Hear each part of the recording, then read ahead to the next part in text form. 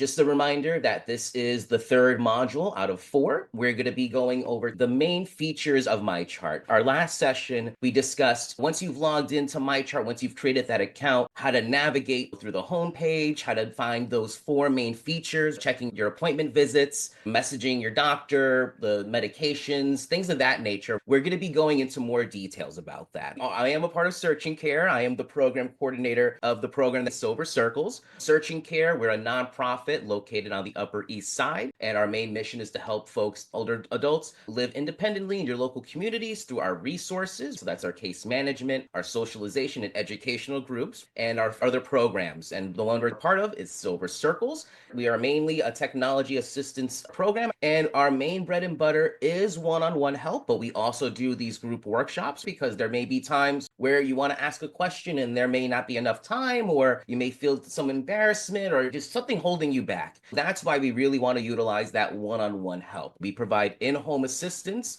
in-office assistance, and we can meet you at a local community center as well. You'll be matched with a volunteer, and you'll have as many 1-hour-long sessions as needed, entirely free. We're going to be looking at how to schedule and view your appointments, messaging your doctor, viewing your test results, and looking at prescription updates, and also getting some refills as well. If you don't even have a MyChart account, our first module was about how to sign up for the program. We have previous videos on that on module 1. We're utilizing Metropolitan's NYC Health and Hospitals account. So any screenshots you see here will be regarding Metropolitan Hospital. But if you have a Weill Cornell account, NYU, Langone account with MyChart, there's going to be a lot of similarities, but some differences as well. So the colors may be a little bit different, things of that nature. But these icons that we're seeing on the screen right now should not change. So just as a reminder, these buttons here, these 4 main buttons are for appointment visits, messaging your provider, your test results, and medications. We're going to be first talking about scheduling an appointment. I know we talked about viewing our appointments last time, but now we're going to look through actually scheduling that appointment because there's a lot more steps involved. When we click this image over here on the left, the visits icon, I know there's a lot here. So we're going to first start with arrow number 1 and then 2 and then 3. So when we click on the visits button, it's going to first show us a list of our future appointments and our past appointments in one screen. But then there's going to be a button to the right of that over here on arrow number 2.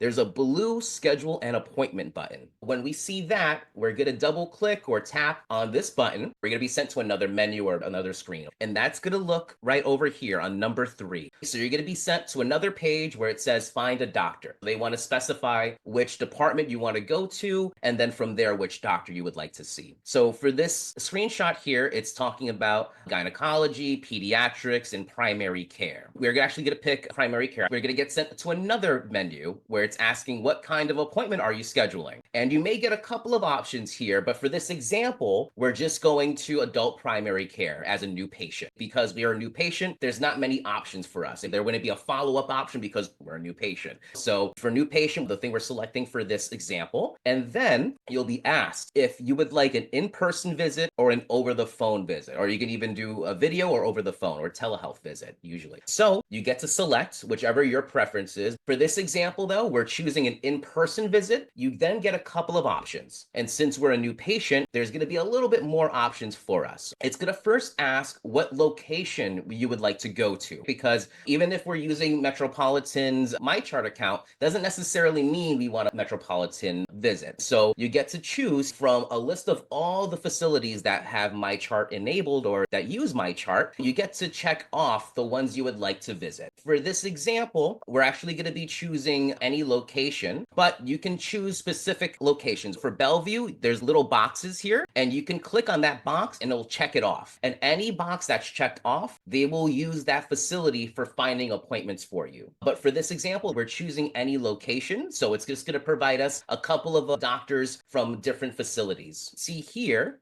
this arrow is actually stating that there's 2 doctors available or 2 appointments available. There's one with Dr. Jose and a Dr. Ling. For Dr. Jose, it's saying that he's at Junction Primary Care, and then we have Dr. Ling that's at Vanderbilt Family Medicine. 2 different addresses here, so it will let you know the address. When that happens, it will also provide you with some available times. For this example, Dr. Jose at Junction Primary Care, he's available at 9 a.m. and then Dr. Ling's available at 2:20 at their location. And so whichever doctor you would prefer, whichever time you would prefer, you would just select the appropriate box. Let's say you want Dr. Ling, you would click on where it says 2:20 and then you'll get sent to the next page. Now, this is the following page. There's going to be a lot of familiarity here where you're going to be asked just to confirm that the information in front of you is correct. For this part here, once we've picked the doctor and also the location we would like to go to, it'll provide the information that we selected and it will just give us an opportunity to edit anything before we hit continue. So you always have an option with these blue edit buttons to change any additional information just to be on the safe side. But once you've confirmed that everything here is good to go, you hit the continue button and then from there you will then get an option. And I think for this example, this person wasn't logged in, so it's asking them if they would like to log into their MyChart account or continue as a guest. But since we all have MyChart accounts, we're going to log into our account and proceed with setting up that appointment. That's pretty much the gist of it. So once we log in and we hit schedule, it's going to go through and we usually get either an email or text message stating that the appointment was set. So just keep an eye out in your emails if you have your notifications on, because remember in our previous presentation, we mentioned that you can actually turn notifications off. So if you've turned those off, you may just want to double check just to see if that appointment went through. And you can always check through the home page. You can check through that little calendar icon for visits, and then you should now see your future appointment showing on that list. Next, we're going to be talking about messaging your doctor. First things first, setting expectations regarding messaging your provider. This isn't something for an urgent matter. So let's say you're developing a rash and the rash is getting worse and worse. It's really bothering you. It doesn't make sense to send a message to your doctor stating, hey, I have a really bad rash and the pain is increasing more and more. What should I do? In that situation, it's suggested that you probably go for urgent care, possibly call 911, set up that appointment at some sooner time to get seen, because you wouldn't want to send a message to your provider and have to wait for their response because we don't know how busy that provider is and things of that nature. Just keep in mind that before we even are allowed to message our provider, we have to accept an acknowledgement. It says, the message I'm about to send is not related to a medical emergency, and I understand that it may take up to 3 business days to get a response. I am not experiencing an emergency and my question is not urgent. By clicking accept, I acknowledge and I have read and understood the above notice. When we're sending that message to a doctor, we have agreed to this acknowledgement. But first, I'll provide an example of how important the messaging portion of MyChart is, or even for any telehealth program. We've had a client that joined us back in November at our office for literally this presentation, just going over messaging your doctor. So a couple of days after the presentation, he ended up going onto his MyChart account and noticed that his doctor was trying to get in touch with him. And mind you, this patient lives alone and he has a heart condition. The doctor was also trying to give him a call, but it was coming from an unknown number.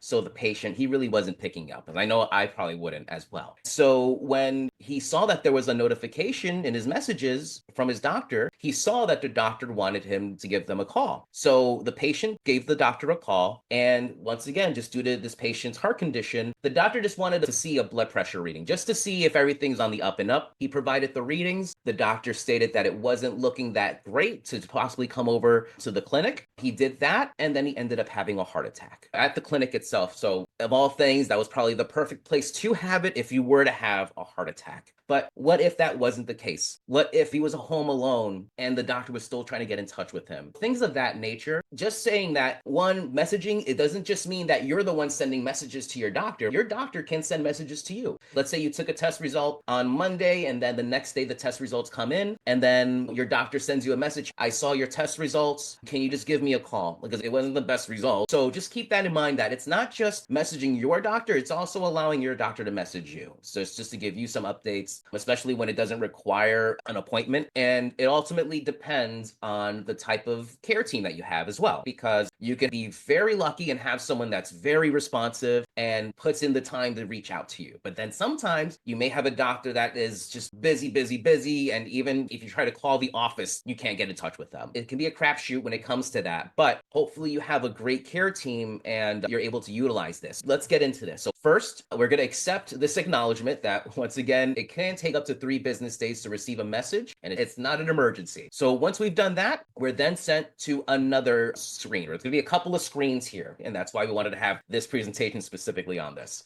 So you get a new message screen on the top, or it says new message on the top here, and it says, what would you like to do? So there's a couple of options. It says refill medication, virtual express care, schedule an appointment, ask a medical question. We want to ask a medical question to our doctor. Once you select ask a medical question, you will then get sent over to another screen that just states the type of medical question. For this example, we're going to be choosing a prescription question, but there's also test results question and also a referral request. So keep this in mind. You can request a referral because you can state, hey doc, my back hasn't been feeling great. I know you mentioned the last visit that if it hasn't been feeling good in the next 2 weeks, just to let you know. So I'm just giving you a heads up. Do you possibly have a referral for a doctor to check that out for me? And they can provide that. Messaging can also mean that you can request referrals. So once we've selected that we want to ask a prescription question, we then get sent to another screen that shows you your care team or whoever's on your care team. For this example, it's mentioning that we have a doctor from family medicine. He's the primary care provider here. So all we have to do is just select that PCP's name, and then you'll get sent to this screen on the right. It's honestly like an email. So there's a subject line on the top. That's the message that the provider is going to see right away. On their list of messages, the subject line is what they're going to see. Using myself as an example, Jacob Gonzalez, referral question. You can always do that, or it's up to you how you would like to word it, but I personally try to find something that gives the person a little bit of details about me, but also the point of the message. Once you've done the subject, you can create your message. So this can be as long or as short as you'd like it. Since this could be a prescription question, we can say, hey doc, I know the other day you prescribed me this medication,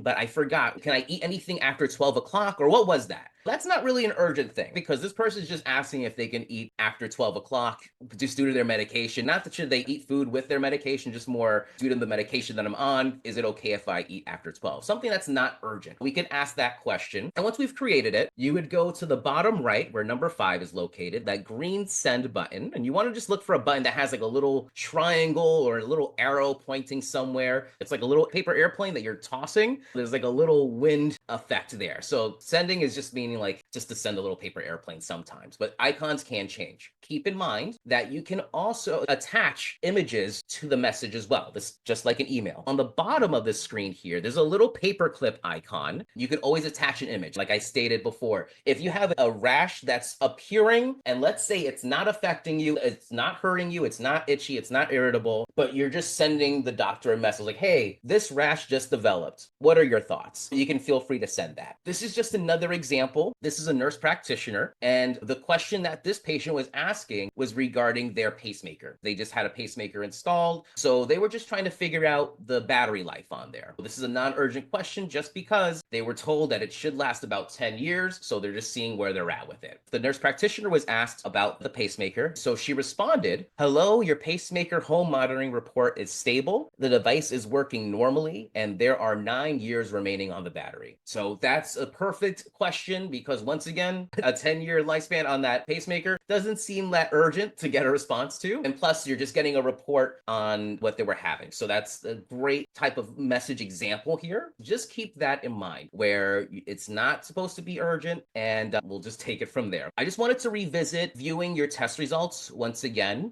just to be on the safe side, just to make sure every detail was looked at here, and then we have a better image available. So viewing test results of blood work here. This is an example of a CBC and differential. Once again, for number 1, you want to click on that test results icon or that little beaker. Once you click on test results, you'll get a list of results to look through. And then once you select the test results, you'll be sent to this screen. It's letting you know that if you look to the left here where it says lab tests, there's a note from the doctor that says all labs look good. please come back in 3 weeks. So just going back to what I was saying before regarding messaging, if the lab results didn't look so great, I would probably get a message from my doctor just letting me know, hey, you might want to come into the office. Let's schedule an appointment. So you would probably get those details either in here in this section or in your messages. So just keep that in mind. These are for white blood cell counts here. These are letting you know the type of result here. And for this one, it's saying no value. And then to the right, it's saying HGB and the value 16. There's no real measurement here in terms of what to look for. But if you look below these two results, it's saying the normal range to be in is 36 to 46%. On the bottom here, it's showing 36, and that's where the green bar begins, and then 46 to the right of that, and that's where the green bar ends. So the green bar represents the normal range that you should be in. Let's say if this was a cholesterol result, they would say a certain number has to be in a good reading, you have to be within a certain range, so that range would be in the green for cholesterol. For this example, going back here, this person landed on 40%. They're sort of in the middle. That's looking fine, but if you look at platelets to the right, the normal range should be 150 to 399. Once again, on the bottom here, it's mentioning that 150 on the left is starting that little green measurement, and then to the right of that is 399.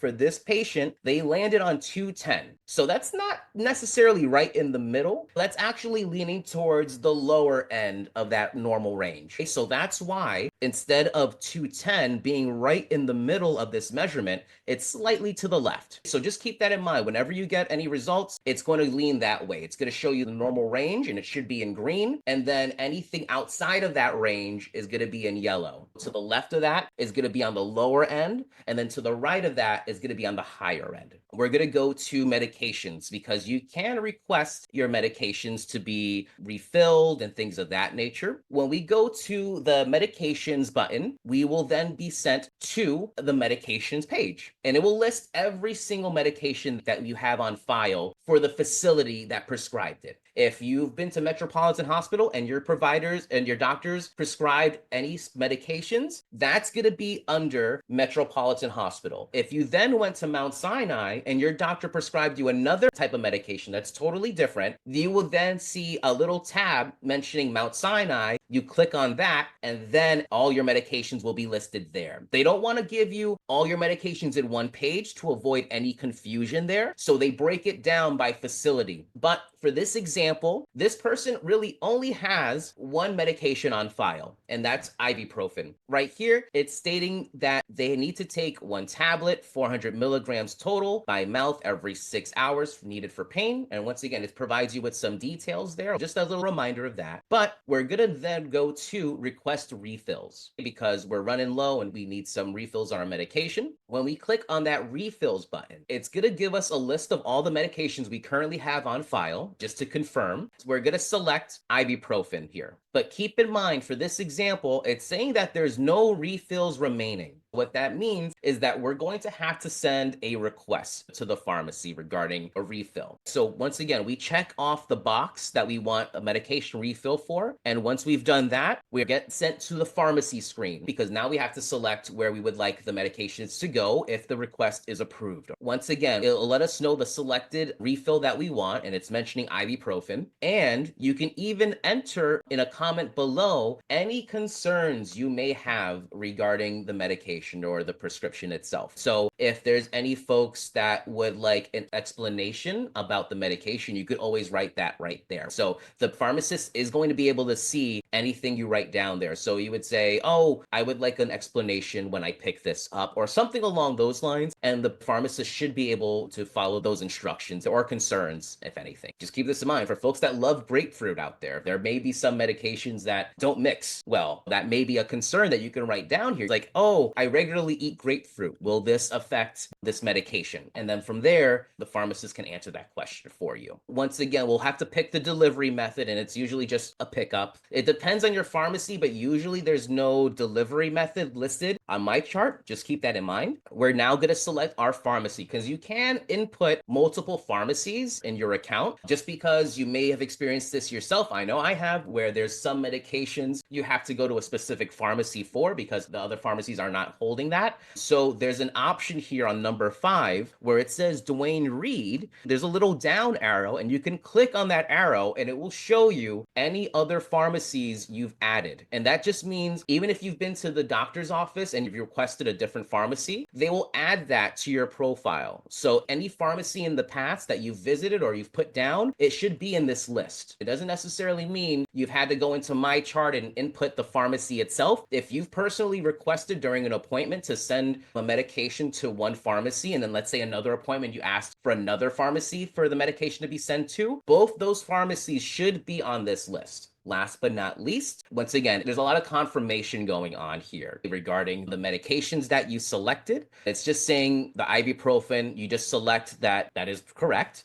It's also showing you the pharmacy that you requested the medication to be sent to, just confirming that all of that is correct and good to go. And then once it is, you hit submit. Since this is a refill request, they're going to be sending the request to your provider before the pharmacy can fulfill that. So they'll try to reach out to your medical provider, so your doctor on file. They'll let them know that, hey, this patient's requesting a refill, please approve. And then once they approve, the pharmacy will notify you regarding that. Once again, right here, this person confirmed the refill request. It lets them know, once again, the summary of the medication that was requested, along with the pharmacy as well. For the next presentation, it's the most interesting one to me because of the fact that there actually is a end-of-life planning feature in MyChart that we'll be going over, where you're able to input any legal documents regarding power of attorney, living wills, anything of that nature, you can input into MyChart. So for your care team to see if there was a DNR or who would be the one to make those medical decisions for you, or you can't make those decisions for yourself, you can input all that information now so that just in case something happens, you have a preparation plan in mind. It was one of those features that were just buried into MyChart, and we had to really explore to learn more about that. If you need that one-on-one assistance for anything, it doesn't have to be just MyChart or telehealth. If it's any issues that you're having with your phone, tablet, laptop, please let us know. We're more than happy to help you out. Our main mission was to help folks understand their devices, so you're no longer asking your friends or family for that assistance. Our one-on-one services, it is for folks that are 60 and over.